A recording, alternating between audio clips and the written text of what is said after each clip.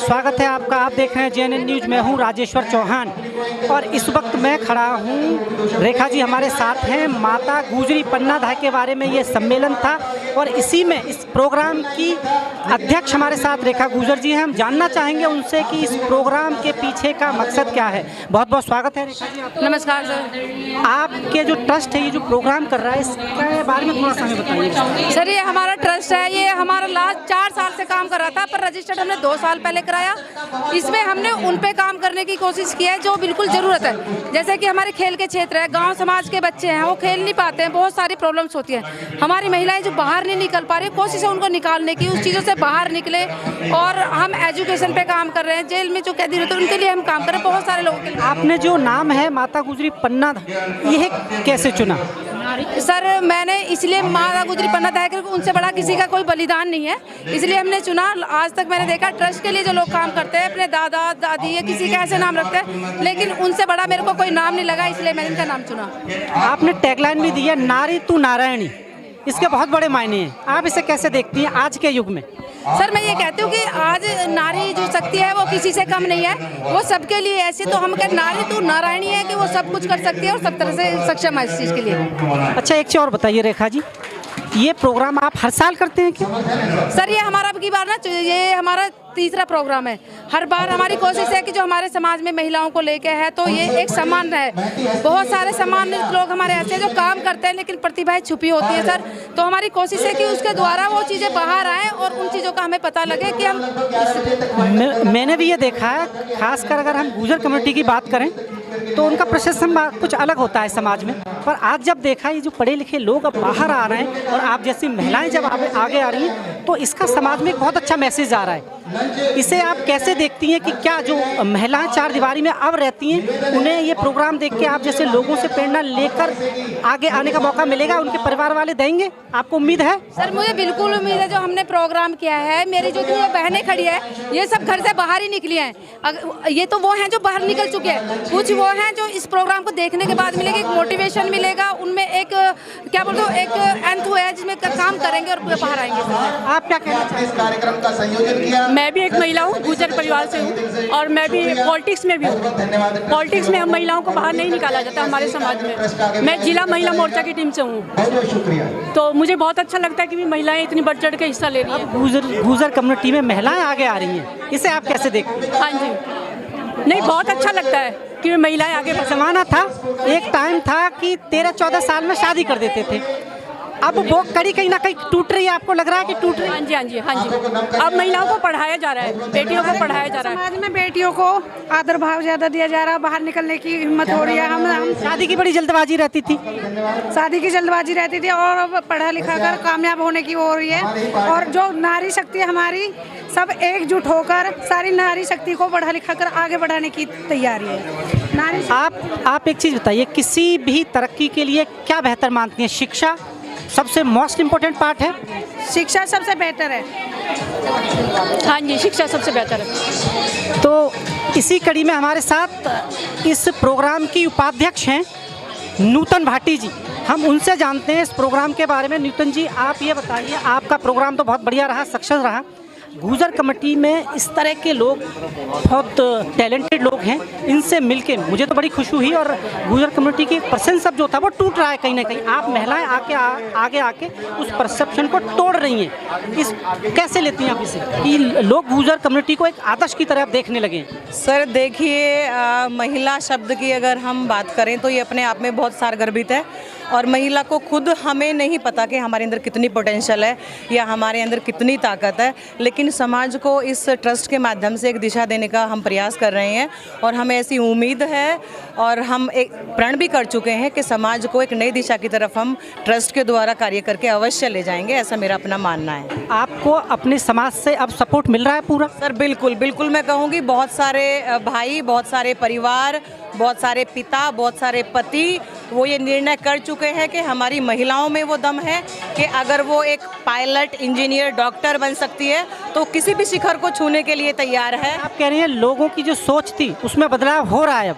Sir बहुत बदलाव है अगर मैं बात करूं, क्योंकि मैं अपने ऊपर सारी चीज़ें लेके करती हूं। समाज का मुझे हमेशा से नो डाउट हर्डल्स आते हैं, लेकिन समाज का बहुत सहयोग मिला है, उसी की वजह से हम लोग कर पाए हैं। सर सवाल अपनी उन बहनों से जो टैलेंट जिनका छुपा हुआ है, सपोर्ट नहीं मिल पाता, उनको क्या कहना चाहेंगे आप? सर देखिए, मैं एक विद्यालय की प्रबंधिका हूँ। मैंने अपने विद्यालय में क्या किया है, पिछले काफ़ी टाइम से पीटीएम में महिलाएं नहीं आती थी, तो मैंने एक पीटीएम ऐसी रखी कि जिसमें सिर्फ महिलाओं को ही एंट्री है। तो इस प्रयास से हमारी 50% महिलाएं उस पेरेंट्स मीटिंग में आई और कहीं ना कहीं ये मेरा प्रयास सफल रहा इस समाज को महिलाओं के लिए जागृत करने में। सर बहुत बहुत धन्यवाद आपका हुन जी।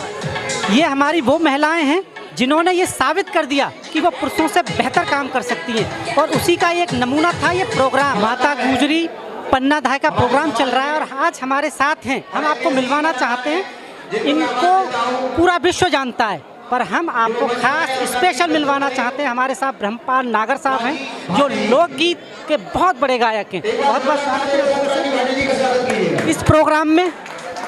आकर क्या महसूस किया आपने?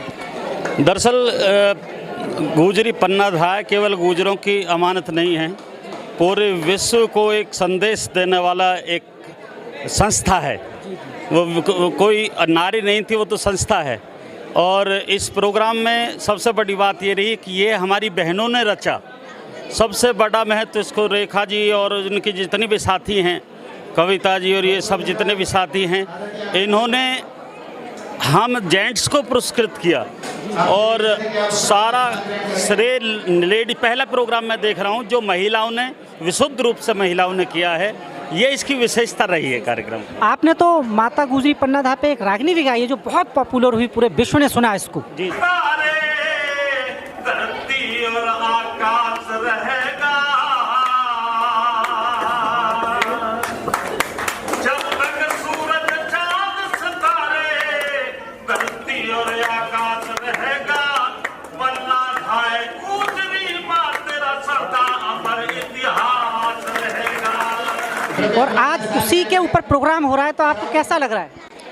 मुझे आज मैंने गाया, मुझे बहुत अच्छा लगा और सुनने वाले भी सब माता गुजरी के वंशज थे, तो और भी अच्छा लगा इस बात का। मैं पूरे देश में जितने भी लोकगीत हैं, लोक कथाएँ हैं, और हमारे एक जो किताब मैंने अभी दी थी स्टेज के ऊपर, वो किताब उसमें गुर्जर समाज के वीर वीरांगनाएं, उनकी कथा और गीत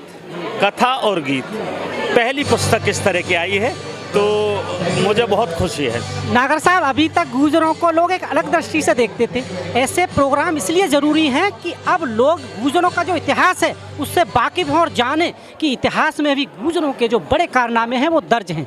या मानते हैं कि ऐसे प्रोग्राम होने चाहिए? मैं ये कह रहा हूँ कि 80% इतिहास गुजरों का ही है, उनके वीरों का है, उनके वीरांगनाओं का है। 80% इतिहास गुर्जर समाज से निकले हुए लोगों ने भी वो इतिहास बनाए हैं। और गुर्जर अपने में मार्शल कौम तो है ही है, परंतु विश्व की सबसे बड़ी देशभक्त कौम, विश्व की सबसे बड़ी देशभक्त कौम अगर है तो गुर्जर है, जिसमें ऐसे वीर जो मैं आपके सामने लेकर आ रहा हूँ, ऐसे योद्धा जब अटारी बॉर्डर पे गरजते हैं तो हमें लगता है कि हमारा गुर्जर जो है पूरे विश्व में सबसे साहसी और सबसे वीर बहादुर कौम है। अब जो महिलाएं हैं हमारे गुर्जर समाज की, वो आगे आ रही हैं और अपना इतिहास बना रही हैं, क्योंकि एक समय था जब महिलाओं को चार दीवारी में रखा जाता। इसको आप कैसे देखते हैं आज के टाइम? निश्चित तौर से उस समय जब अदब की ज़रूरत थी, जब मुग़ल शासन था, अंग्रेज़ शासन था, तो उस समय अदब की ज़रूरत थी। वो अदब का समय गया, अब बीत गया। अब आज़ाद है भारत, हर तरह से आज़ाद है, तो हमें अपनी बहन बेटियों को ज़्यादा से ज़्यादा शिक्षित करना चाहिए और ज़्यादा से ज़्यादा आगे बढ़ाना चाहिए। इसी कड़ी में हमारे साथ वो हैं जिनके सम्मान में दुनिया सर झुकाती है, यानी हमारे साथ सैनिक हैं, और वो सैनिक जिसकी वजह से पूरा हिंदुस्तान चैन की नींद सोता है। और आप कभी अटारी बॉर्डर जाएं ना तो इन्हें ज़रूर पहचानिए और वहीं पे मिलेंगे। ये बहुत बहुत स्वागत है सर आपका। धन्यवाद आपका। आप इस प्रोग्राम को कैसे लेते हैं? ये प्रोग्राम हमारी मातृ शक्ति के द्वारा अरेंज किया गया है और बहुत ही शानदार प्रोग्राम है। इससे हमें जो हमारी बिरादरी का जो माँ पन्नाधाय का बलिदान है वो सभी के मन में पुनः जागृत हुआ है, पहले से भी जागृत है और बहुत ही शानदार प्रोग्राम रहा। माँ पन्नाधारी इतिहास के पन्नों में कहीं ना कहीं आज की जनरेशन भूल गई है, क्योंकि वो इतिहास बन गया। ऐसे प्रोग्राम मैं ये पूछना चाहता हूँ सीधा कि होने चाहिए, ताकि लोगों को पुरानी हमारी इतिहास की वीरांगनाओं की कहानियाँ आज की जनरेशन को सामने आए और वो देखें और वो जाने कि हम किसके वंशज हैं। ये ज़रूरी है। ऐसे प्रोग्राम तो हर गली नुक्कड़ पे होने चाहिए। इतना बड़ा मंच भी नहीं, छोटे मंच से चले ना ऐसे प्रोग्राम, तो और ज़्यादा जागृति आएगी। मेरी जो ये वीर वीरानाओं की कथा शौर्य गाथा जो किताब है वो इसीलिए है, उसमें यही सारी चीज़ दिखाई गई हैं जो हमारे वीर और वीरांगनाएं हुई हैं इतिहास में, वो सारी मैंने लिख के और गीत लिखे हैं उन पे, तो ये इसी का रूप है। तो ये हमारे साथ नागर साहब थे, पूरा विश्व जानता है, और वो एक सैनिक जिन पे गर्व करता है हिंदुस्तान। माता गुजरी पन्नाधाय का प्रोग्राम चल रहा है और प्रोग्राम का नाम भी है नारी तू नारायणी। और नारी तू नारायणी जब तक हमारे साथ जो महिलाएं हैं उन्होंने वाकई इस कहावत सच कर दिया है। और हमारे साथ ऐसी कुछ महिलाएं हैं जो समाज के उस दीवार को तोड़ कर अपने आप को उन्होंने ये साबित कर दिया कि नारी चाहे तो कोई भी उड़ान भर सकती है। ऐसे हमारे साथ कुछ महिलाएं हैं, हम उनसे बात करेंगे और जानेंगे उनके बारे में भी कि आखिर कैसे उसने इस उड़ान को भरा है। बहुत बहुत स्वागत है आपका जी। पहले तो हमें ये बताइए कि यहाँ जो प्रोग्राम चल रहा है वो क्या है?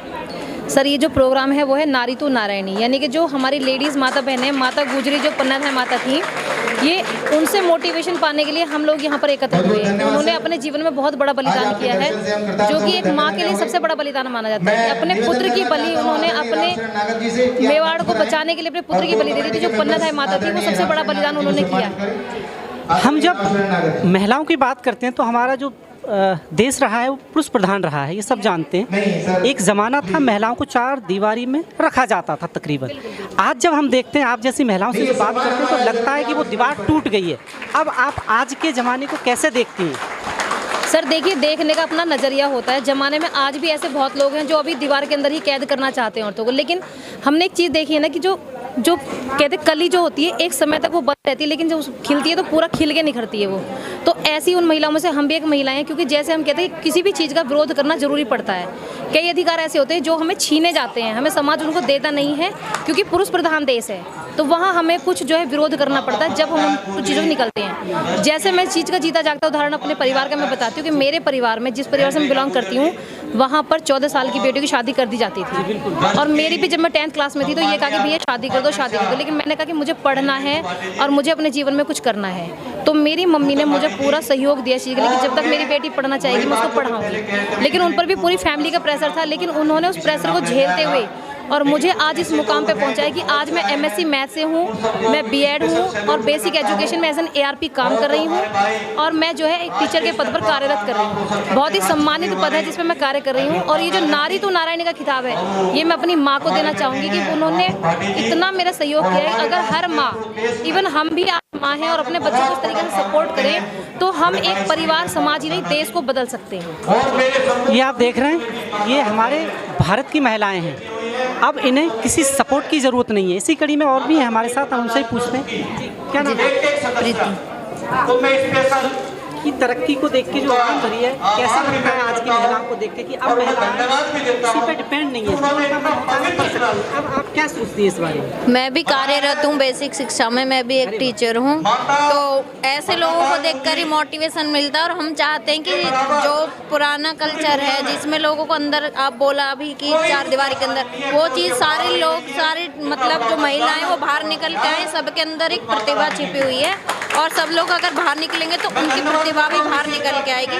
तो इससे बहुत सारी महिलाओं को रोजगार भी मिलेगा और उनको आगे बढ़ने का मौका मिलेगा। आज की जो पीढ़ी है, जो महिलाएं हैं या जो पुरुष हैं, उनको आप क्या कहना चाहते हैं, क्या सीख देंगी कि भाई बच्चों को या बेटियों को पढ़ाना बहुत ज़रूरी है, उनकी भी उड़ान खोल के पंख उन्हें उड़ने का हक है पूरा? क्या कहना चाहते हैं? यही कहना चाहती हूँ कि बच्चों को अच्छे से अच्छे एजुकेशन दे, बाहर निकालें, चाहे थोड़ा झेल ले, थोड़ी किसी चीज़ की शौक में कमी कर ले, लेकिन बच्चों को ज़रूर पढ़ाएं, क्योंकि अगर वो पढ़ेंगे तो आगे अपने पैरों पे खड़े होंगे। कोई साइंटिस्ट बनेगा, कोई डॉक्टर बनेगा, तो फ्यूचर में भी हमें इन सब चीज़ों की ज़रूरत होगी और बच्चे हमारे आगे बढ़ेंगे और हमारे देश को भी ऊंचाई तक लेकर जाएंगे। और भाई इसी कड़ी में हमारे साथ हम उनसे पूछते हैं जी, आप क्या कहेंगे? मैं भी असिस्टेंट टीचर हूँ, मेरा नाम कविता नागर है और मैं भी बेसिक डिपार्टमेंट में हूँ।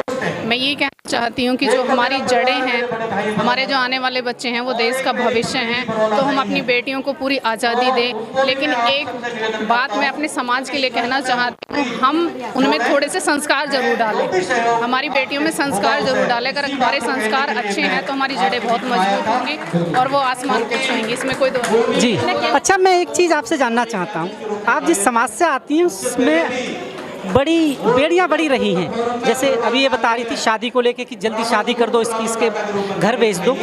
अब ये कहीं ना कहीं आपको लग रहा है ऐसा कि आपके समाज में ये बेड़ियाँ टूट रही हैं, जो हमारी बच्चियां हैं, बेटियां, उनको पूरा उड़ने का अधिकार उनके परिवार से मिल रहा है कि जो तुम्हें करना है करिए। अब ऐसा हो रहा है कि सर, अब तो मैं कहती हूँ कि 90% लोगों में ये सोच आ गई है कि हमें बेटियों को पढ़ाना चाहिए, क्योंकि आज हमारी बेटियां लेके ट्रैक्टर से लेकर हवाई जहाज तक उड़ा रही हैं। और इनका श्रेय जो है वो हमारे समाज में जो हम जैसे लोग हैं, जिनकी जो मतलब बहुत सोच बहुत बड़ी हुई है, जिन्होंने सोचा है कि बच्चों लड़कियों की तरह मतलब लड़कों की तरह लड़कियों के पंख खोलने दो, उन्हें पंख पसारने दो, उन्हें आसमान छूने दो।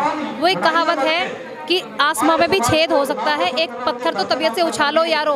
तो कुछ तो हम अपने अंदर सोचे कि अगर हमें कुछ करना है जीवन में तो बेड़ियां जरूर होती हैं, लेकिन उनको तोड़ निकल के आगे बढ़ना हमारे अपनी भी जिम्मेदारी है।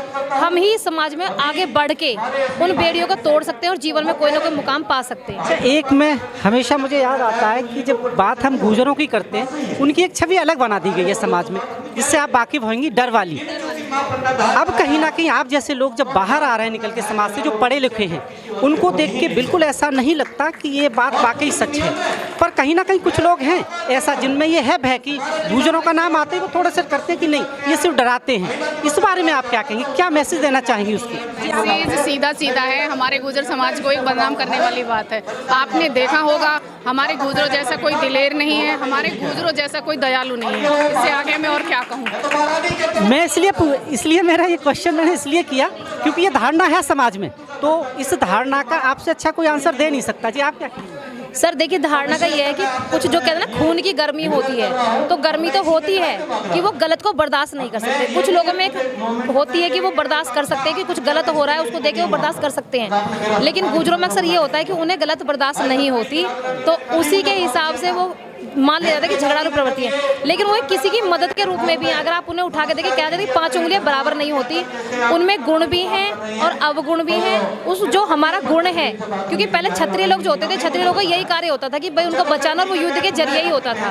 तो हमारे भाइयों में वही चीज़ आई है। आज युद्ध नहीं करना पड़ रहा, लेकिन उनमें वो चीज़ जो है जेनेटिकली आई है, और उसको लोग इस तरीके से समझ ये देखता है कि वो लड़ाके होते हैं, ये होता है। ऐसा कुछ भी नहीं है।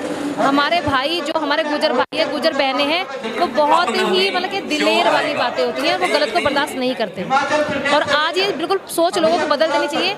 उनसे प्यारा और उनसे हेल्पफुल कोई नहीं होता, कोई नहीं हो सकता। इसी कड़ी में मेरे साथ एक माताजी है हमारी, हम माताजी से पूछेंगे और जानेंगे क्या कहना चाहती हैं माताजी। तो भैया एक ही बात कहना चाहते हैं कि सरकार इतनी बढ़िया आ गई, योगी आ गए, मोदी आ गए, सब कुछ बढ़िया होएगा। अच्छा, देखिए प्रोग्राम और चल रहा है कुछ, पर माताजी योगी के आने से बहुत खुश हैं। हाँ, इतने खुश हैं जी, बहुत ज़्यादा खुश। हमने तो इसके लिए 1 महीने मंदिर जाना तो बच्चा करिए। अच्छा माताजी, जैसा ये कह रही है, मैं भी पूछना चाहता था। अच्छा अम्मा, एक चीज़ बताओ, आपके परिवार में जो बेटियां हैं उनको कुछ भी करने की आज़ादी है, पढ़ाई लिखाई नौकरी जो कर चाहें, सब कुछ आज़ादी है, सब कुछ, बहू को भी, बेटी को भी, लड़के को भी। देखिए, ऐसी माताओं की ज़रूरत है इस देश में जो अपनी बेटियों को उड़ान दे सकें। और उड़ान जो है वो पुरुषों के लिए नहीं होती। बेटियां हर क्षेत्र में अपने आप को अपनी काबिलियत के दम पर आसमानों में छेद तक कर सकती हैं, बस ज़रूरत है उन्हें एक मौका देने की। और अब तो मौका वो मांगनी नहीं, वो मौका खुद लेती हैं। इसी कड़ी में और लोग भी हैं हमारे साथ। अच्छा, चाहते हैं जी सर, और कुछ नहीं चाहते कि ये जो सरकार आई है ये बढ़िया ही करेगी, कोई बुरा तो करेगी नहीं। कुल मिला के अम्मा सरकार से बहुत खुश हैं, बाकी सारी चीज़ें एक तरफ हैं। पर अम्मा जो है इस वक्त सरकार योगी आदित्यनाथ की जो सरकार की उससे बहुत खुश है। और मेरी वो ताकत है जो है ना, जड़ में से भी सब कुछ खींच के ला सकती हैं। हमारी बहन बेटी में वो ताकत है। पर मैं आपको बताती हूँ, हमारा कार्य पहले जो था भैंसों का चारा डालने से लेके, यानी कि हमने गोबर पाथने से लेके और शिक्षा के दौर में आसमानों को छुआ है। मैं जिस घर से बिलोंग करती हूँ मैंने सारे काम अपने घर में किए हैं और मैं काम को करना बुरा नहीं मानती, क्योंकि मेरे पापा ने मुझे हमेशा एक बात सिखाई थी, सिंपल लिविंग हाई थिंकिंग, यानी कि सादा जीवन और उच्च विचार रखो। कार्य कोई भी छोटा बड़ा नहीं होता। हम लोगों को ये कहा जाता है कि भाई अरे गुजर तो बस भैंस रखते हैं, गोबर पाते हैं, नहीं, वो हमारा काम है, वो हमारा काम है और काम कोई भी छोटा बड़ा नहीं होता है। ठीक है, देखिए आप जैसे पढ़े लिखे लोगों का समाज के आगे आना बहुत ज़रूरी है, क्योंकि समाज को दिशा देना आप जैसी जो महिलाएं हैं हमारी, उनकी बहुत ज़रूरत है। क्योंकि अभी भी जैसा आपने भी कहा, मैं भी जानता हूँ भी बहुत महिलाएं ऐसी हैं जो अपना जीवन चार दीवारी में ही जी रही हैं। उनको ज़रूरत है तो थोड़ी सी मदद की, कि एक आवाज़ कोई लगाए और वो उनकी आवाज़ सुन ले और वो शायद आके आपको निकलना भी नहीं चाहती हैं, वो चार दीवारी के अंदर ही कैद में खुश हैं। वो ना खुद निकलेंगी ना औरों को निकलने देंगी। ऐसे यही तो आपका काम है। आप जब पढ़े लिखे लोग हो, शिक्षा के क्षेत्र में बेहतर काम करना है, ये आप लोगों का काम है कि उनको मोटिवेट करें और उनको उस चार दीवारी से बाहर लाएं। ये काम तो अब आप करें। नहीं, हम करने की कोशिश करते हैं, लेकिन जब तक लोगों का हमें सपोर्ट नहीं मिलेगा तो हम कैसे करेंगे? सपोर्ट भी तो जरूरी है उनका। देखिए सपोर्ट, मैंने जैसे पहले कहा, ये सपोर्ट कभी भी नहीं मिलता, सपोर्ट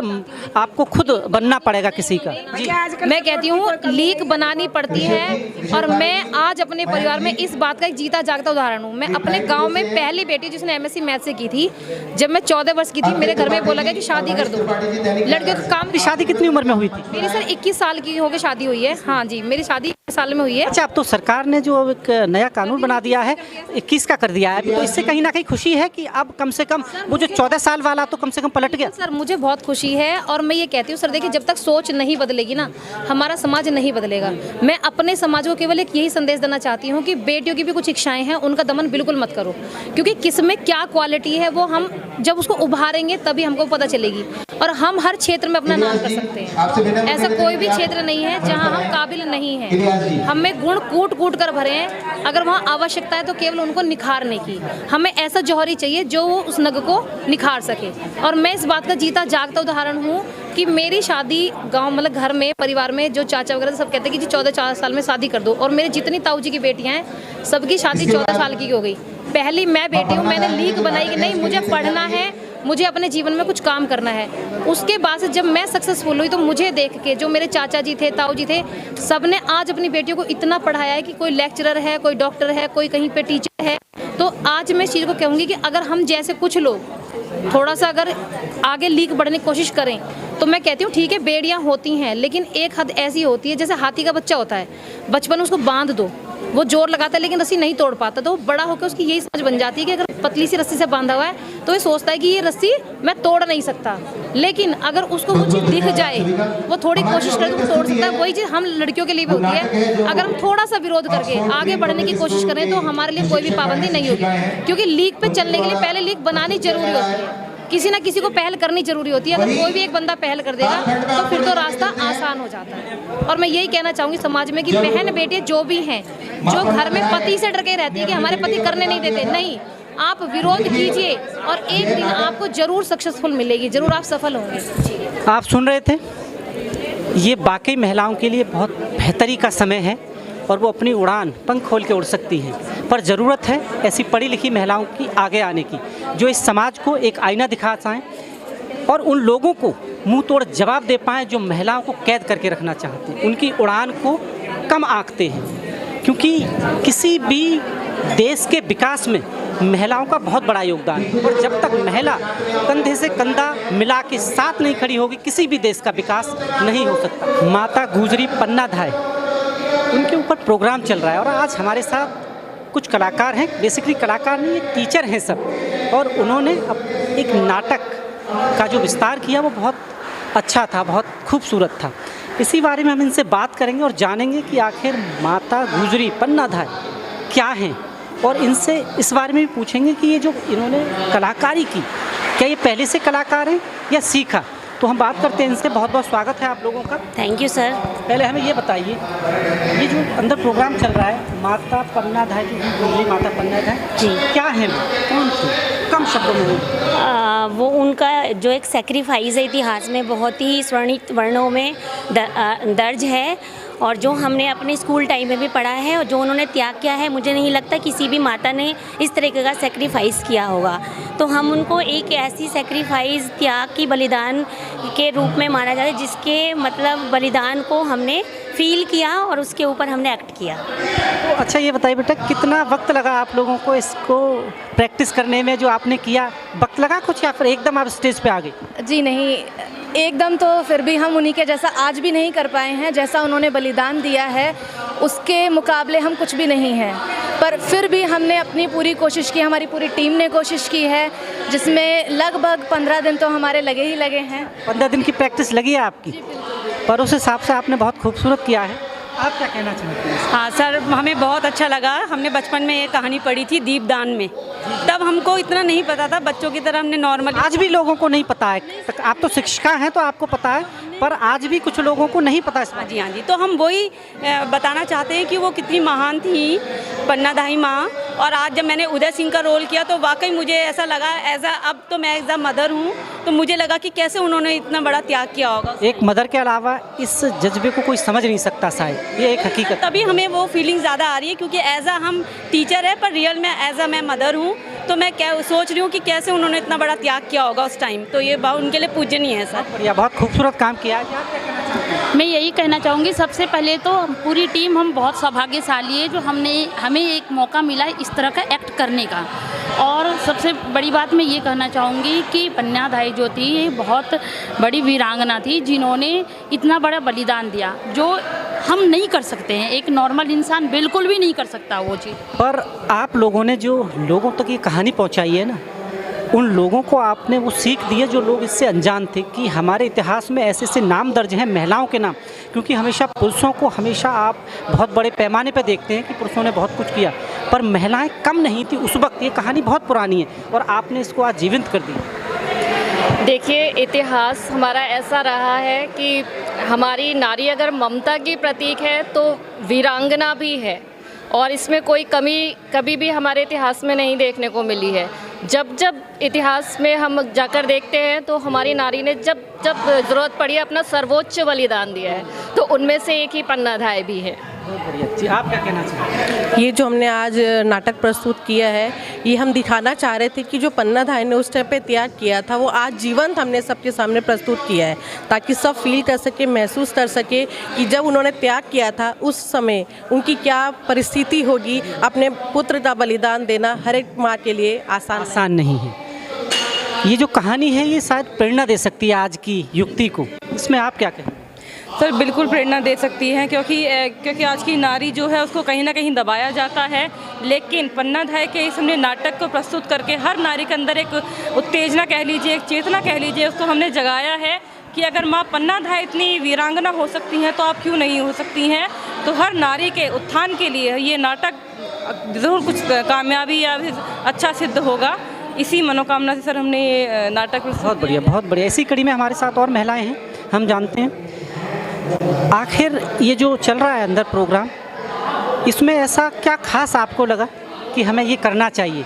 क्योंकि कहानियाँ और भी हैं महिलाओं की, इस कहानी में ऐसा आपको क्या खास लगता? कहानी नहीं, ये सत्यता है बेसिकली, पर आपने जो आज यहाँ लोगों के सामने रखा, जिस हिसाब से लोग भयभीत थे और नम आँखें थी उनकी कि बहुत बड़ा बलिदान है माँ पन्नाधाई। देखिए, अगर एक माँ की भाषा में सुनेंगे तो बच्चे को जब मामूली सी खरोच आती है ना, तो आंसू माँ के गिरते हैं। तो इस कहानी, इस कथा, इस प्रांगण में तो खुद ब खुद एक शौर्य है, भला उस माँ को। और आपने जिस तरह से आपने बयान किया लोगों के सामने, वो अद्भुत था वाकई, क्योंकि लग रहा था कि पीछे एक कहानी चल रही है। धन्यवाद पहले तो आपके लिए, लेकिन सच में इस कैरेक्टर को पहले हमने महसूस किया, क्योंकि हम भी माँ हैं, कहीं ना कहीं उस भावना को हम समझ सकते हैं, और हम सभी ने अपने अंदर के वो मातृत्व को जगाया। क्योंकि अगर माँ के कैरेक्टर को हमें जस्टिस देना था, हमें न्यायपूर्ण तरीके से उनको परफॉर्म करना था, तो हमें अपनी भावनाओं को उजागर करना था। और आज यहाँ माँ धाय के माध्यम से हमने कहीं ना कहीं आज की माँ का ही वजूद दिखाया है, कि आज की भी माँ किसी काम से, किसी भी आप कह नहीं सकते कि किसी भी स्थान पर वो पीछे हटती है, क्योंकि जो हमारे वीर सैनिक हैं वो भी किसी माँ के ही पुत्र हैं। और उनको भी वहाँ तक पहुँचाने वाली वो माँ ही होती है। तो माँ का ये योगदान हमें वही प्रेरणा देता है कि अपने पुत्रों को हम आगे देश के लिए न्यौछावर करें। सबसे पहले तो मैं अपने स्कूल का धन्यवाद करती हूँ जिन्होंने ये किरदार निभाने के काबिल समझा हमें। और सबसे महत्वपूर्ण बात ये है कि माँ पन्नाधाय का जो आज मुझे किरदार जो निभाना पड़ा, सबसे पहले तो मैं उनकी तरफ, मैंने देखा आप बहुत इमोशनल हो गई थी जब इस किरदार को निभा रही थी, तो आपने दिल से इसको अंदर से महसूस किया शायद उस किरदार को। हाँ जी सर, सबसे पहले तो मैंने 2 दिन तो समझने में लगाया कि वास्तव में था क्या इसमें, किस तरह उन्होंने बलिदान दिया अपने पुत्र का। उसके बाद उस चीज़ को महसूस करके मैंने ये जो है आज जो छोटी सी जो हमने एक नाटक प्रस्तुत किया है वो प्रस्तुत करने का प्रयास किया है। बहुत खूबसूरत किया आप लोगों ने, शायद मेरे पास शब्द नहीं है, कभी कभी शब्द कम पड़ जाते हैं। धन्यवाद बहुत बहुत, क्योंकि आपको हमारा नाटक इतना अच्छा लगा। बाकी ये है कि नारी, हमारे देश की जो नारी है ना, वो कहीं पीछे नहीं हटती। जब बात देश की आती है, अपने राज्य की आती है, तो वो ये नहीं सोचती कि हाँ मेरा पुत्र बलिदान हो रहा है। उसने बस ये देखा कि नहीं, मुझे अपने राज्य को बचाना है, और उसने अपने पुत्र को भी बलिदान। बिल्कुल सही बात कह रही हैं जी। मैं यही कहना चाहूँगी कि नारी को हमेशा एक सॉफ्ट कॉर्नर माना जाता है, कि माँ जो होती है ना हमेशा सॉफ्ट होती है, बच्चे के लिए वो कुछ नहीं कर सकती। लेकिन बात वही है कि जब देश की और अपने मान सम्मान की बात आती है तो औरत कुछ भी कर सकती है। जी, मैंने जैसे पहले भी बताया कि हमें इस प्रस्तुति को करते हुए बहुत ही गर्व फील हो रहा है कि हम लोगों को हमारे स्कूल साइड ने इतना मतलब काबिल समझा हमें और हमें ये रोल करने के लिए दिया। तो मैं उनका बहुत बहुत बधाई दूंगी, और आपका भी किया। ये जो हमारी महिलाएं हैं, ये नारी हैं, ये अपने आप में हर काम में सक्षम है। जी, आप कुछ कहना चाह रहे हैं? जो हमारी मैम हैं जिन्होंने पन्नाधाय का रोल किया था, इन्होंने स्क्रिप्ट लिखी और इन्होंने डायरेक्ट भी किया, सबको बताया समझाया, बहुत बड़ा योगदान इनका रहा इसको सफल। अच्छा, लिखा भी इन्होंने ही है, इसे पूरा रूपांतर जो है पूरा आपका है, बहुत खूबसूरत। पूरा से इन्हीं का है। एक बात मैं कहना चाहता हूँ कि भगवान कर्तव्य के पथ पर कभी अब भविष्य में किसी भी नारी से इतनी कठिन परीक्षा न ले कि उसका बेटा उसके सामने मर रहा है और वो खुल के अपना दुख भी व्यक्त नहीं कर पाई, रो भी नहीं पाई, क्योंकि कर्तव्य की जिम्मेदारी उसके सामने थी, उदय की रक्षा करना था, उसको बचाना था। ईश्वर भविष्य में किसी भी माँ से कभी इतनी कठिन परीक्षा न ले। ये हमारे साथ वो महिलाएं हैं जिनकी कहानियाँ इतिहास में आज भी दर्ज हैं। कहीं ना कहीं हम महिलाओं को आगे आना पड़ेगा उन कहानियों को जिंदा करने के लिए जो शायद कहीं खो गई हैं। पुरुष प्रधान देश रहा है, पुरुषों की अनगिनत कहानियाँ हम सुनते हैं और सुनाई भी जाती हैं, पर महिलाएं कहीं पीछे नहीं थी। रानी लक्ष्मीबाई हो चाहे और कोई हो, अनगिनत, माँ गुजरी पन्नाधाई हो, उनका बलिदान तो एक ऐसा बलिदान है जिसे आज अगर हम सोचते हैं तो रोंगटे खड़े हो जाते हैं। अपने पुत्र को अपनी आंखों के सामने गंवाना, ये बहुत बड़ा हृदय चाहिए। और अब ये जो महिलाएं हैं, उम्मीद हम ये करते हैं कि ऐसी ही कहानियाँ लेकर ये लोगों के सामने और आपके सामने आएंगी, और जो पुरानी हमारी वीरांगनाएं हैं उनकी कहानियाँ एक बार फिर जिंदा करेंगी। मैं हमेशा आपको ऐसे लोगों से मिलवाता हूँ जो समाज के हित में काम करते हैं, समाज के लिए काम करते हैं, जिनकी वजह से समाज में एक ऐसा मैसेज जाता है जो इतिहास बन जाता है। इसी कड़ी में मेरे साथ आज महावीर जी हैं, और ये किसी मोहताज नहीं है परिचय के, इन्होंने बहुत अच्छे काम किए। आपको याद होगा जब कोरोना जैसी लहर थी, लोग अपने लोगों की लाशें जब छोड़कर भाग रहे थे, ये महावीर जी हैं जो उस वक्त खड़े हुए थे उनका सहारा बनके, और हम इनका स्वागत करते हैं। बहुत बहुत स्वागत है महावीर जी। Thank you. महावीर जी, जो आप काम कर रहे हैं ये शब्दों में बयान करना बड़ा मुश्किल है। ऐसे वक्त में आपने काम किया, कोरोना जैसी महामारी, जब लोग एक दूसरे से मिलना नहीं चाह रहे थे, और आप कोरोना की जो बॉडी हुई थी उनको अंतिम संस्कार कर रहे थे, ये कैसे किया आपने? बस ये देखा था मैंने, लोग अपने परिजनों को कोई हाथ नहीं लगा रहा था, कोई एक दूसरे की मदद नहीं कर रहा था, बॉडी साइड में पड़ी है, कोई हाथ लगाने को तैयार नहीं, माँ पड़ी है घर में, बेटा हाथ नहीं लगा रहा, घर में किसी के और शख्स पे पड़े, कोई हाथ नहीं लगाने को देख रहा। तो मेरे सामने ऐसा एक हादसा हुआ, मैंने देखा कि कोई हाथ नहीं लगा रहा था। उसके बाद मैंने फिर इन बॉडियों को उठाना शुरू करा, इन शवों को मैं उनके अंतिम उस तक लेके जाता था, फिर मैंने संस्कार करना शुरू करा। तो महावीर जी, एक चीज़ और बताइए, घर आपका भी है, परिवार भी है, डर तो आपको भी रहा होगा, पर घर वालों का इसमें क्या कहना था? उनकी सपोर्ट थी? साथ थी। तो ये डर मुझे नहीं लगा, मुझे डर कहीं नहीं था। और सिर्फ मुझे डर एक पर ये था कि मेरे को कोरोना ना हो जाए, क्योंकि इस टाइम महामारी ऐसी चल रही थी, तो मैं इसलिए मैं घर से दूर रह रहा था। मैंने फ्लैट पे किराए पे लेके रह रहा था मैं। इस काम से उस वक्त जब हम कवर कर रहे थे, हम देख रहे थे कि लोगों की दूरियां अपनों से दूर हो गई थी। मैंने ये भी देखा कई जगह कि लोग अपनों की जो लाशें थी उसे छोड़कर चले जा रहे थे, उनसे कोई मतलब नहीं था। इवन उनको अपना पिता या पुत्र कहने का भी अधिकार खो गए थे। उस वक्त आप उनके साथ खड़े हुए और समाज के लिए एक ऐसा काम कर दिया आपने जो इतिहास बन गया। आखिर इसकी जो प्रेरणा थी, मतलब कैसे शुरुआत कैसे हुई आपकी टीम को? कैसे लगा कि जब कोई सहायता नहीं कर रहा, मुझे आना चाहिए और मुझे इनकी मदद करनी चाहिए? मैं अपने एक परिजन के संस्कार पे गया था, उनकी डेथ हो गई थी, तो उनकी कोरोना से डेथ हुई थी। कोरोना उस टाइम पीक पे था और उस टाइम बहुत ही ज़्यादा वो था। तो जब मैंने देखा तो वहाँ पे हमारे परिजन जो थे, मैं उनका शव रखा हुआ है, उसकी लाइन से पूरे शव सबके रखे हुए हैं। तो हम इंतजार कर रहे थे कि हमारा नंबर कब आएगा ले जाने के लिए। हॉस्पिटल की बॉडी थी, कोविड से था, तो कोविड सेंटर था सारा वहाँ पे। अब उसके बाद जब मैंने देखा तो वहाँ पे गाड़ी जैसे आगे रुक रही है, तो उसमें शव उतर रहे हैं, लेकिन उनको कोई हाथ लगाने वाला नहीं। वहाँ देखा तो माता जी और कोई हेल्प मांग रहे कि भाई इनके शव को वहाँ तक पहुँचा दो, तो उनका कोई हाथ नहीं लगा रहा था। फिर उसके बाद मैंने जब देखा तो ये ऐसे कि कोई हाथ नहीं लगा रहा, मैंने उस टाइम फिर वहाँ से उठाना शुरू करा। पहले दिन मैंने 20 बॉडियाँ उठाई जो कोरोना से दी जाती थी, फिर उनको मैंने अंतिम उनके उन तक पहुंचाया, संस्कार करवाया। फिर उसके बाद ये सिलसिला चलता रहा। फिर जैसे महावीर जी बता रहे हैं, उनकी धर्मपत्नी हमारे साथ हैं, हम उनसे बात करेंगे और पूछेंगे कि जब ये इतना काम तो अच्छा था पर डर इसमें भी था, तो उनका जो डर था वो कहीं ना कहीं बना हुआ था। बहुत बहुत स्वागत है आपका। आपने ये बताइए, ये जो काम कर रहे थे वो बहुत खतरों से भरा था उस वक्त, आपको कहीं ना कहीं ये था कि अगर इनको कुछ हो गया तो क्या होगा? आप ऐसा कुछ कहती थी आप इनसे कि मत करिए आप ये सब? हाँ जी, उस टाइम बहुत डर लग रहा था क्योंकि इतना कोरोना था और सभी लोग बहुत परेशान थे। मुझे अपने से ज़्यादा अपने बच्चों का भी था, 2 बच्चे हैं हमारे, पर काफ़ी टाइम तक इन्होंने हमें बताया ही नहीं था कि ये इस काम को कर रहे हैं। अच्छा, ये आपको पता नहीं चला था ये चोरी से अपना ये जो काम था कर रहे थे? बाहर आ रहे थे, बोलते थे बाहर हूँ और रात को लेट आऊँगा, आते थे नहीं आते थे। तो 1-1.5 महीने हमसे भी दूर रहे हैं, बच्चों से दूर रहे हैं।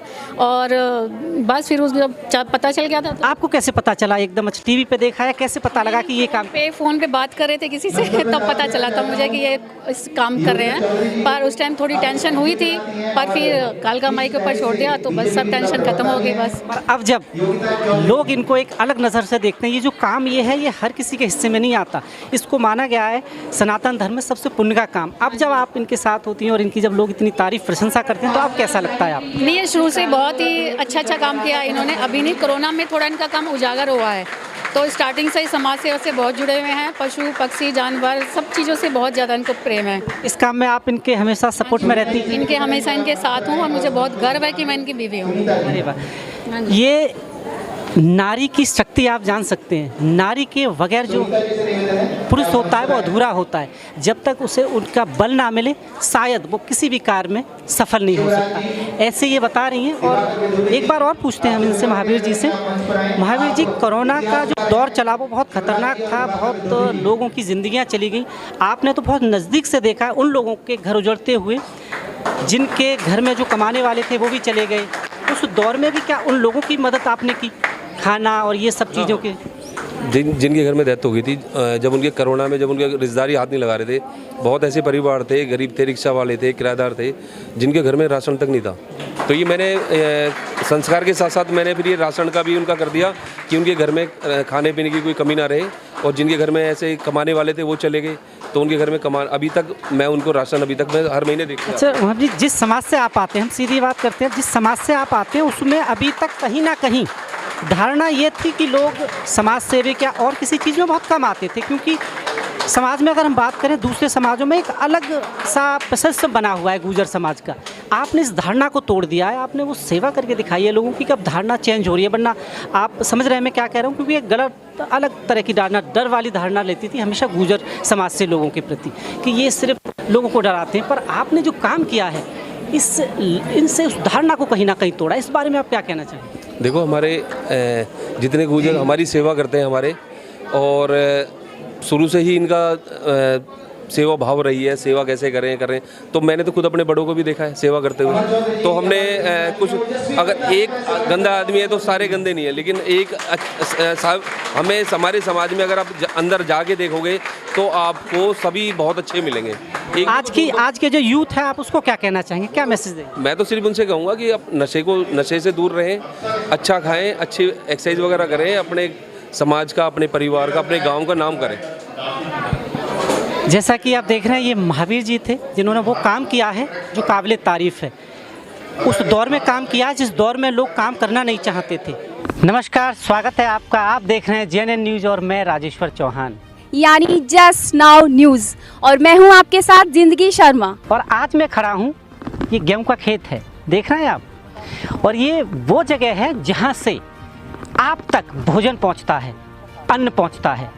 किसी भी देश की खुशहाली उसके खेत और खलियान से होती है, क्योंकि आप करोड़ों रुपए तो कमा सकते हैं, परंतु भूख लगने पर खेत में और ज़मीन पर उगाई चीज़ों से ही आप अपनी भूख शांत कर सकते हैं, और वो चीज़ें आपके घर तक पहुंचाते हैं हमारे किसान। और आज हम बात करेंगे किसान की। जब बात किसान की आती है तो लोग क्यों किसान को असहाय, बेसहारा और गरीब समझने लगते हैं, पर ये क्यों भूल जाते हैं कि ये वही अन्नदाता हैं जो हर बड़े अमीर का पेट भरते हैं अन्न उगाकर। गर्मी हो, सर्दी हो या कोई भी मौसम, हर मौसम में मेहनत करके आपके परिवार का और पूरे देश का पेट भरते हैं हमारे अन्नदाता। आप ये देख रहे हैं, ये खूबसूरत गेहूं हैं, और ये वो गेहूं हैं जो हमारे अन्नदाता मेहनत करके आपकी किचन तक पहुंचाते हैं। किसान प्रगति में मुख्य रोल अदा करते हैं अपने खेतों में हीरे मोती उगाकर।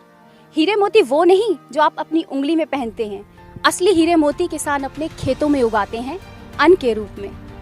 किसान किसी भी देश की प्रगति के लिए अहम कड़ी होता है। आखिर क्यों हम सालों से किसान की अनदेखी करते आए हैं? किसान के वजूद को क्यों ख़त्म किया जा रहा है? किसानी को ख़त्म किया जा रहा है। विकास अपनी जगह अच्छी बात है, आखिर रोटी और अन्न की जब बात आती है तो खेतों से ही मिलता है, और जब खेती नहीं रहेंगे तो हम खाएंगे क्या? एक बार आप सोचिए जरूर। किसानों का अपने खेतों को छोड़कर जाना सरकार की असफलता की बहुत बड़ी कहानी कहता है। सरकार ने किसानों को उनकी फसल की सही कीमत नहीं दी, जिसकी वजह से किसान अपनी खेती छोड़कर जाने लगे और कर्जदार हो गए। आज हम बात करेंगे एक ऐसे किसान की जो कहलाते हैं मॉडर्न किसान। और आज हम जिस किसान की बात कर रहे हैं, उन्हें शहर की चकाचौंध अपनी तरफ आकर्षित नहीं कर पाई। और रही बात शहर के लाइफ स्टाइल की, तो वो यहीं रहकर हर वो चीज़ यूज़ कर रहे हैं जो आज के लिए ज़रूरी है, चाहे वो लग्जरी गाड़ी हो या आज का न्यू गैजेट, हर चीज़ का लुफ्त उठा रहे हैं। परंतु जब बात आती है काम की, तो वो करते हैं सिर्फ और सिर्फ किसानी, और उगाते हैं अपने खेतों में अन्न जिससे पेट भरता है देशवासियों का। तो वो कहलाते हैं हमारे देश के मॉडर्न किसान।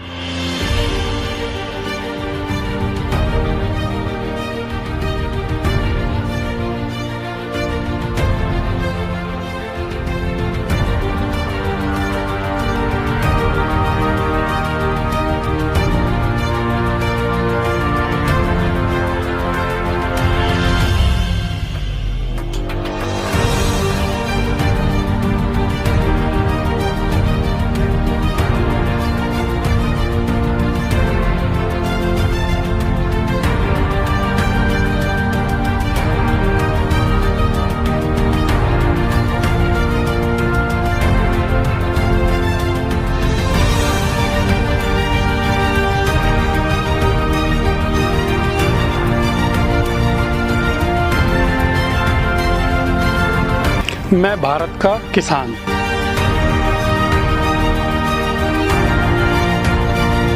नमस्कार प्रमोद भाटी जी, आपका बहुत बहुत स्वागत है JNN न्यूज़ पर। भाटी जी, आप सबसे पहले अपना परिचय दीजिए। मैं प्रमोद भाटी गुजर, ग्रेटर नोएडा खानपुर से हूँ, और फ़िलहाल मैं खेती कर रहा हूँ, और मेरे जो दादा थे, परदादा थे, वो सारे ही खेती करते थे, और अब मेरी भी रुचि ज़्यादा हो गई है खेतों में। प्रमोद जी, आप खेती कब से कर रहे हैं? मैं तो करीब अभी 2-3 साल से करने लगा हूँ। खेती तो थी लेकिन मैं करता नहीं था, लेकिन अब 2-3 साल से मैं करने लगा हूँ। और पहले तो यही था कि बीच में तो पिताजी करते थे, और उन्होंने जब उनकी उम्र हो गई थी तो उन्होंने छोड़ दिया था। उसके बाद में मैं भी इतना ध्यान नहीं देता था। उसके बाद में फिर उनके करीब 2 साल बाद फिर मैंने स्टार्ट करी खेती करना। आप अपने खेतों में क्या फसल उगाते हैं? मेरे खेतों में तो ज़्यादातर तो धान की फसल होती है और गेहूं की होती है, और कुछ आम के भी बगीचे हैं तो वो भी हो जाते हैं। तो बाकी तो अभी मौसम के हिसाब से या अपने तरीक़ा से अगर करना चाहते तो तीसरी फसल भी हो जाती है। आपको देखकर लगता नहीं है कि आप किसान हैं? हाँ, ये तो कहते हैं सभी, और आज आपने भी कह दिया। तो क्यों कहते हैं, यही तो मेरा सवाल है भाटी जी। रहने का ये लगा लो कि जैसे गाड़ियाँ वगैरह हैं तो मेरी ब्रांडेड गाड़ी हैं, जैसे ऑडी लगा लो, या मेरे ब्रांड कपड़े और मेरे शूज़ भी ब्रांडेड मिलेंगे। और मेरे गाड़ियों का ज़्यादातर मुझे काफ़ी शौक़ है। गाड़ियाँ भी मेरी मैं बदलता रहता हूँ ज़्यादातर, और कभी कभी गाड़ियाँ ऐसी भी है कि मैंने जितने की गाड़ी खरीदी है उतने मैंने उसमें मॉडिफाई में लगा दिए हैं। काफ़ी अच्छा अच्छा। और मैं फ़ोन भी रखता हूँ तो वही आईफोन वगैरह ज़्यादातर यूज़ करता हूँ। शौक़ है मेरा, और काफ़ी चीज़ें हैं मेरी जो थोड़ा अलग है, हटके हैं। अब ज़माना जो चल रहा है इसके हिसाब से ही मैं किसानी भी कर रहा हूँ और अपनी लाइफ भी जी रहा हूँ। अभी आपने कहा कि जितने की आपने गाड़ी ली उससे ज़्यादा आपने मॉडिफाई में लगा दिए, इसके पीछे क्या कहानी है? इसके पीछे कहानी कुछ नहीं है, बस एक शौक़ था। मैंने किसी के पास देखी थी वो गाड़ी, और मैंने उनसे पूछा भी था कि भाई ये गाड़ी कहाँ पे ऐसी बनती है या मॉडिफाई कहाँ पे होती है, तो उन्होंने मुझे कुछ जवाब नहीं दिया था उस बारे में। उसकी भी एक कहानी है, शायद मैं उसे नहीं बनवाता, उस गाड़ी को मॉडिफाई नहीं कराता, लेकिन उन्होंने वो काफ़ी अच्छे, मतलब मुझसे भी ज़्यादा किसान ही थे वो भी, लेकिन उनके पास ज़मीनें ज़्यादा थी। लेकिन उन्होंने, मैंने किसी बंदे के पास फ़ोन करके मैंने पूछा था कि भाई मुझे ऐसी गाड़ी बनानी है, तो उन्होंने मुझे जवाब मिला था कि तुम्हारे बस की नहीं है, ठीक है ना, ये बोला था मुझसे।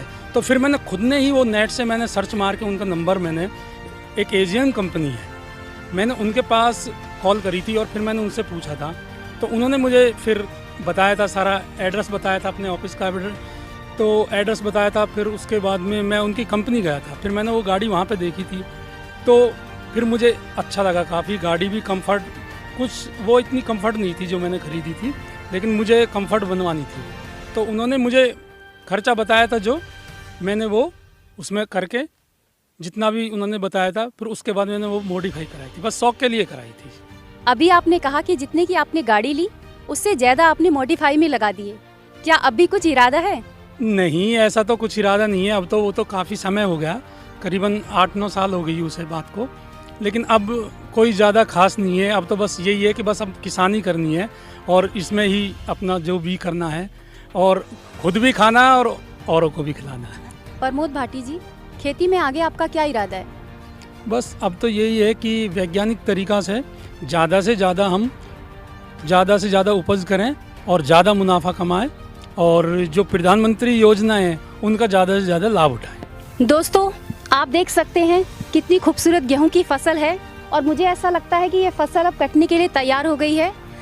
भाटी जी बताएंगे कि इस फसल को जब आप बीज बोते हैं और क्या प्रोसीजर है इसका, और कितना टाइम लगता है इसको काटने में?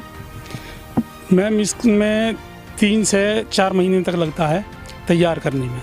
और पहला प्रोसीजर यही है कि जो सूखा हुआ खेत होता है उसमें पहले पानी लगाया जाता है, फिर उसके करीब 5 या 6 दिन बाद वो सूखने लगता है खेत, तो उसमें फिर ट्रैक्टर से उसकी जुताई होती है, और उसके बाद में फिर हम जो 2-3 बार उसकी खेत की जुताई करने के बाद में फिर उसके मेड़ा वगैरह मतलब तैयार करते हैं बोने के लिए। और कुछ तो ऐसा है कि मैनुअल, मतलब हाथ से भी बीज वगैरह जो होता है उसे बिखेरते हैं, और बिखेरने के बाद में फिर एक बार जुताई करते हैं और फिर तैयार हो जाता है। कुछ ऐसा है कि मशीन से भी तैयार किया जाता है, कि मशीन तैयार करने के बाद में, खेत तैयार होने के बाद में फिर मशीन से बोया जाता है, मशीन में डाल के गेहूँ वगैरह, और इसका जो खाद होता है वो सारी चीज़ें उसमें मिला के फिर उससे बोया जाता है। और उसके बाद में करीब फिर पानी लगाया जाता है, 20 या 25 दिन बाद पानी लगाया जाता है उसमें, और पानी से पहले भी खाद लग जाता है और पानी के बाद में भी खाद लग जाता है। तो ये फसल घर तक पहुंचने में कितना टाइम लग जाता है गेहूं को? घर तक पहुंचने में तो करीबन 4 महीने, 3 से 4 महीने तो लगते ही हैं। 4 महीने बाद इसकी कटाई होती है। कटाई भी एक तो मैनुअल होती है हाथ से और एक मशीन से भी होती है। अगर मशीन से कराना चाहें तो उसमें थोड़ा सा ये है कि थोड़ा हमारे लिए थोड़ा नुकसान होता है कि जो भूसा वगैरह निकलता है वो बिकता है, तो मशीन से काटेंगे तो वो नहीं निकलता है और हाथ से काटेंगे तो वो निकलता है। तो ये सारी प्रोसीजर 4 महीने के करीब लग जाता है इसमें। जो नई टेक्नोलॉजी आई है किसानों के लिए, क्या आप उसका यूज़ करते हैं और आपको उसका फ़ायदा होता है? हाँ बिल्कुल, जो पहले और अब में तो बहुत ज़्यादा अंतर है। पहले तो एक ही खेत में काफ़ी टाइम लगता था कि भाई हाथ से काम करते थे, और अब तो इतनी टेक्नोलॉजी आ गई है कि अब तो जो हमारे जो ट्रैक्टर वगैरह हैं, पहले तो वो चलाना बहुत मतलब टफ था और अब बहुत आसान हो गया है कि भाई किसी भी पावर है, सारा काम पावर है। और पहले बोने में भी टाइम लगता था हाथ से, और अब तो इतनी टेक्नोलॉजी आ गई है कि उसमें टाइम ही नहीं लग पा, बिल्कुल ये लगा लो कि आधे का अंतर बैठता है। को बहुत ज़्यादा मतलब अच्छी टेक्नोलॉजी, और अब तो काफ़ी आ गई है। धान के इसमें धान की भी फसलें जैसे अगर बोई जाती हैं तो कितनी पहले तो हाथ से लगाई जाती है, अब मशीनें आ गई हैं काफ़ी, तो बहुत ज़्यादा फ़ायदा हुआ है इनसे।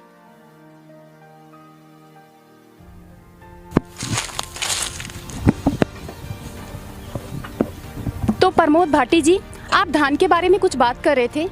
धान की पौध से लगाने तक और कटाई तक के बारे में मुझे बताइए। मैम, ये जैसे ही हम खेत को तैयार करते हैं, पहले वही जो प्रोसीजर गेहूं का होता है उसी तरीक़ा से उसे तैयार करने के बाद में, लेकिन इसमें ये है कि वो पानी में नहीं लगता गेहूं, और ये पानी में लगती है। पहले तैयार करने के बाद में इसमें पानी भरा जाता है। पानी भरने के बाद में फिर उसके बाद में पौध जो होती है हमारी, वो पहले से तैयार होती है, फिर उसको फिर उस पानी में लगाया जाता है। उसे लगाने के बाद में फिर उसमें पानी लगातार पानी हमें रखना पड़ता है फिर, और उसमें भी वही प्रोसीजर है। 3 महीने के करीब, 3 या 4 महीने करीब जो है वो तैयार होता है फिर। अच्छा, 3 महीने बाद चावल रेडी हो जाता है? हाँ, वो तैयार हो जाता है, पक जाता है वो, और फिर उसकी कटाई होती है। गाँव में लाइट वगैरह की कोई प्रॉब्लम? अब पहले तो थी, लेकिन अब जब से वो सरकार चेंज हुई है तो अब से तो बहुत फ़र्क पड़ गया। अब तो लाइट वगैरह सब कुछ अच्छी आती है। अब तो कोई प्रॉब्लम नहीं है, बहुत ही ज़्यादा ठीक हो गया, पहले से तो बहुत ज़्यादा ठीक है। गांव में पहले के मुकाबले अब कितना विकास हुआ है? इससे तो अब बहुत ही ज़्यादा अच्छा हो गया है। अब सारी सुविधा हो गई है, पहले इतनी टेक्नोलॉजी नहीं है, अब तो टेक्नोलॉजी। अब तो हम ये समझ लो खेती तो कर रहे हैं, लेकिन अब तो आरामदायक है बहुत ज़्यादा पहले से। बड़े दिन से चर्चाएं चल रही थी, लोग मुझसे अक्सर पूछ रहे थे जब से मैंने प्रमो चलाया है कि कौन है आपके मॉडर्न किसान। तो अब मॉडर्न किसान आपको कहना बिल्कुल जायज़ है, क्योंकि बिल्कुल आप दिख भी वैसे ही रहे। तो ये बताइए, कुछ और भी काम कर सकते थे, आखिर आपने खेती क्यों चुना? खेती इसलिए चुना कि मैंने जॉब तो मैं कर नहीं सकता, और जब मैंने करी भी थी तो जॉब से इतना बेनिफिट नहीं मिलता था। और फिर मैंने थोड़ा सा सोचा था अपने पिताजी की तरह। मेरे जो पिताजी थे। अच्छा, आपके पिताजी भी खेती करते थे? पूरा? मेरे पिताजी भी खेती करते थे और मेरे दादा और परदादा भी खेती करते थे। अच्छा, तो इसका मतलब ये है कि खानदानी अपना जो है वो किसान परिवार से ही है, और पूरा किसान परिवार के तहत ये आप खेती करते आ रहे हैं? बिल्कुल बिल्कुल, खेती, और मैं अपने पिताजी से ही सीखा हूँ। अच्छा, खेती करनी ही मैं अपने पिताजी से ही सीखा हूँ। और मुझे एक बात मैं आपको बताता हूँ कि मैं जब वो मुझे सिखाते थे तो मुझे बुरा लगता।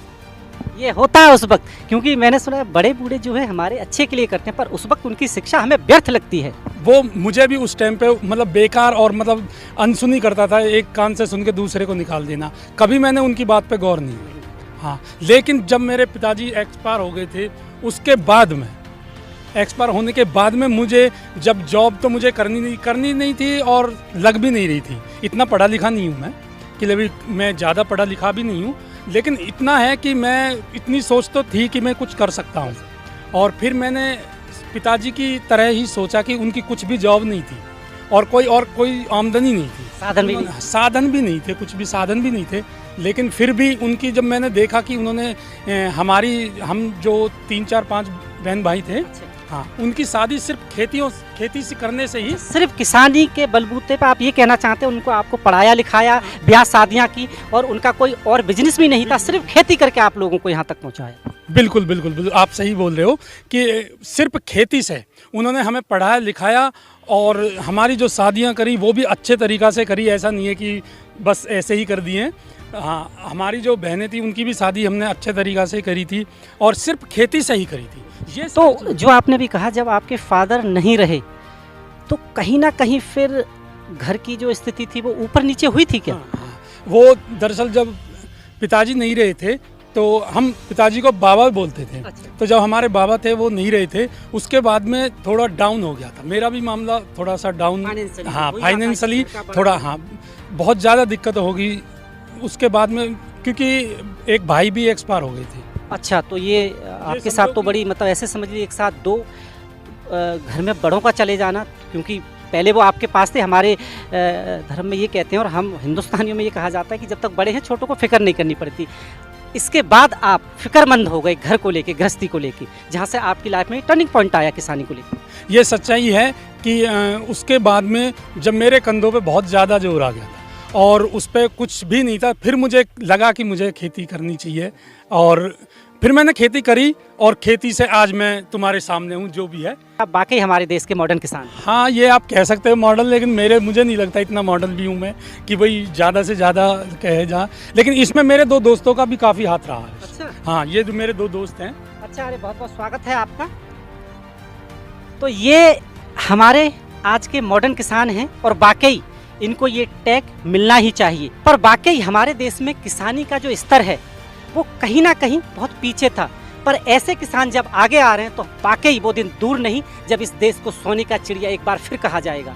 यकीन मानिए, किसानी से भी अपनी लाइफस्टाइल बदली जा सकती है, वो हमारे इन किसानों ने करके दिखा दिया है। प्रमोद भाटी जी, JNN न्यूज़ से बात करने के लिए आपका बहुत बहुत धन्यवाद। आपके सभी दर्शकों को मेरा नमस्कार। तो ये थे हमारे साथ प्रमोद गुजर जी, खानपुर नोएडा से। और इस वक्त मैं आपको बहुत खूबसूरत और बेहतरीन जगह लेकर आया हूँ। आप जैसा कि देख रहे हैं, ये देखिए दूर दूर तक जहाँ तक आप नजरें जा रही हैं, आप देखिए ये धान की फसल लहरा रही है और क्या हरियाली है, क्या खूबसूरती है। हमेशा आपको शहरों से निकलना पड़ेगा अगर आप देखना चाहते हैं ये सारी चीज़। प्रकृति ने हमें क्या क्या नहीं दिया, आप देखिए दूर तक। और वो थोड़ी दूर आप देख रहे हैं वो है एक्चुअली बाजरा है, ज्वार है और जिसे आप भुट्टे कहते हैं मक्का, वो भी है। पर वाकई यहाँ बहुत उम्दा चीज़ें। और एक चीज़ और दिखाना चाहता हूँ, आप ये देखिए, ये जो आप देख रहे हैं ना, पानी ट्यूबवेल चल रहा है और यहाँ पर ये पानी देखिए क्या फ़्लो के साथ, और ये पानी शहरों में भी आपको नज़र नहीं आएगा, पर बहुत खूबसूरत जगह है वाकई। और यहाँ अगर हम आते हैं, बात करें, ये धान की बहुत खूबसूरत फसल है और देख ही रहे हैं आप कि जहाँ से जहाँ तक आपकी नज़रें जाएं, वाकई शब्दों में कभी कभी खूबसूरती को, प्रकृति की को बयान करना थोड़ा मुश्किल है। और ये देखिए पानी धानों में जा रहा है, यानी सिंचाई हो रही है, ये इसको सिंचाई कहते हैं। और आप देख ही रहे हैं कितनी खूबसूरत फल है। और ये धान है। और धान, जब धान कहें तो हम कुछ लोगों को बताना चाहते हैं, आज के यूथ को, शहर वालों को, कि धान मतलब चावल। आप जो अपनी थाली में चावल खाते हैं वो यहीं से आता है और हमारे किसान इसके लिए जी जोड़ मेहनत करते हैं, खून पसीना बहाते हैं, तब जाकर आपकी थाली सजती है। आसान नहीं है खेती, पर अब कहीं ना कहीं किसानी करना थोड़ा सा कठिन हो गया है, क्योंकि इतनी महंगाई है। सिंचाई से लेके, खाद से लेके, बीज से लेके बहुत सारी चीज़ें महंगाई के कारण इतनी महंगी हो गई हैं कि हमारे किसानों को जो मुनाफा है, जो बचत है, वो बचत नहीं हो पा रही है। इस कारण किसानी से कुछ लोग रुचि नहीं ले रहे। आज का यूथ भी रुचि इसी वजह से नहीं ले रहा है, क्योंकि जो लागत है उसके बाद जो खर्चा निकालना चाहिए वो नहीं निकाल पाते।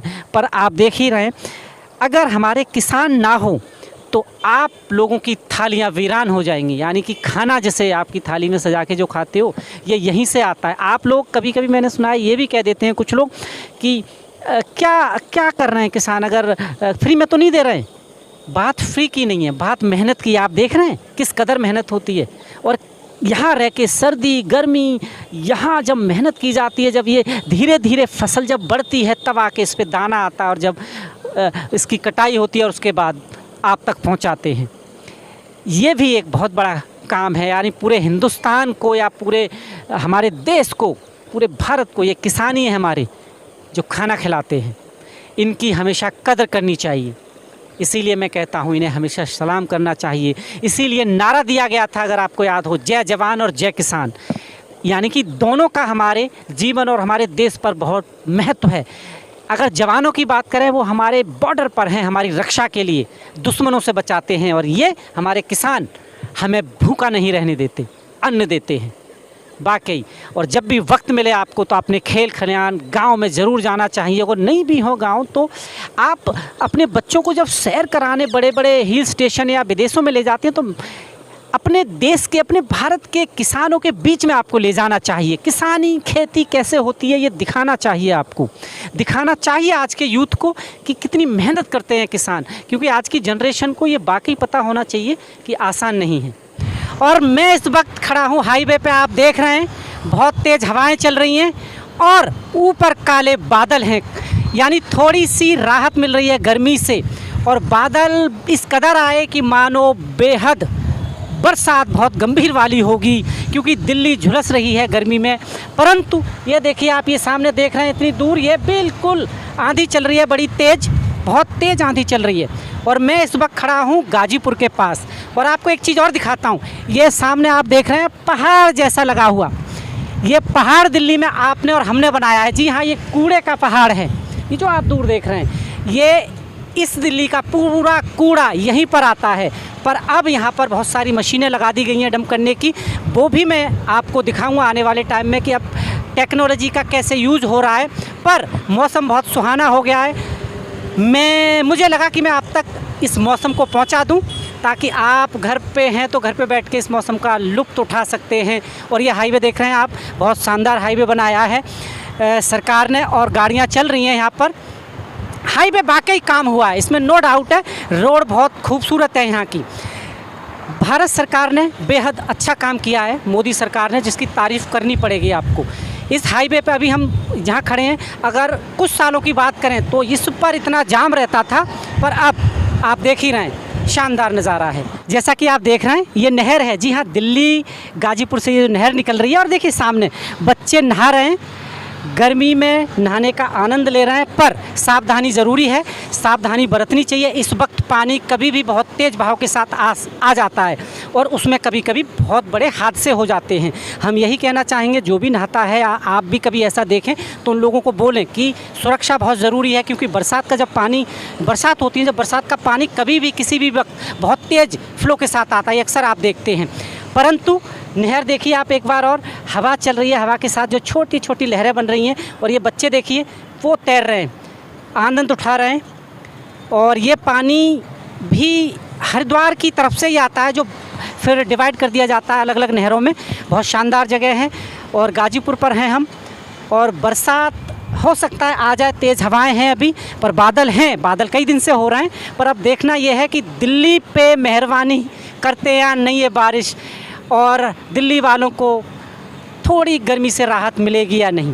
इसी के साथ एक चीज़ और दिखाना चाहता हूँ, जो आपको देखना बेहद ज़रूरी है। ये देखिए नहर का पानी, और बराबर में अब आप ये देखिएगा कितना फ़र्क है। और ये दोनों शॉट आपको नज़र आ रहे हैं, दोनों शॉट देखिए, दोनों शॉटों में आपको एक तरफ बह रही है नदी और एक तरफ ये नाला, दोनों का अंतर देखिए। ये दिल्ली का, और जो इधर से निकल के जाता है ये काला पानी है। यानी सरकारों को इस पे ध्यान देना पड़ेगा। उस तरफ आप देख रहे हैं ये बहुत जो पानी है साफ़ है, और ये नाला आप जो देख रहे हैं यही आगे चल के इसी नहर यानी जमुना जी में मिल जाता है, और जो पानी ठीक भी है उसे भी दूषित कर देता है। इतना अंतर है यहाँ पर। सरकारों को ये सोचना पड़ेगा, वायदा करती हैं सफाई का, सफाई के नाम पर बजट बनाया जाता है करोड़ों का, पर उसके ज़मीनी स्तर पर कुछ नहीं हो रहा है। आप देख ही रहे हैं कितना काला पानी है, साफ साफ नज़र आ जाएगा दूर से। ये बेहद चिंता का विषय है। ये हमारे स्वास्थ्य से जुड़ा हुआ है और हमारे पर्यावरण से भी जुड़ा हुआ है। पर्यावरण को स्वच्छ रखना हमारी जिम्मेवारी है। प्रकृति ने हमें बहुत कुछ दिया है, उस धरोहर को संभाल के हमें रखना होगा। आप देख ही रहे हैं मौसम इसीलिए हमेशा बदलते रहते हैं, क्योंकि संतुलन पर्यावरण का नहीं बन पाता। जो ख़राब किया हुआ है वो हम और आप लोगों ने सही करना बहुत ज़रूरी है। ऐसे ही आप मेरे साथ जुड़े रहें, मैं ऐसे ही आपको आपसे जुड़ी हुई खबरें हमेशा दिखाता रहूँगा। बहुत बहुत धन्यवाद।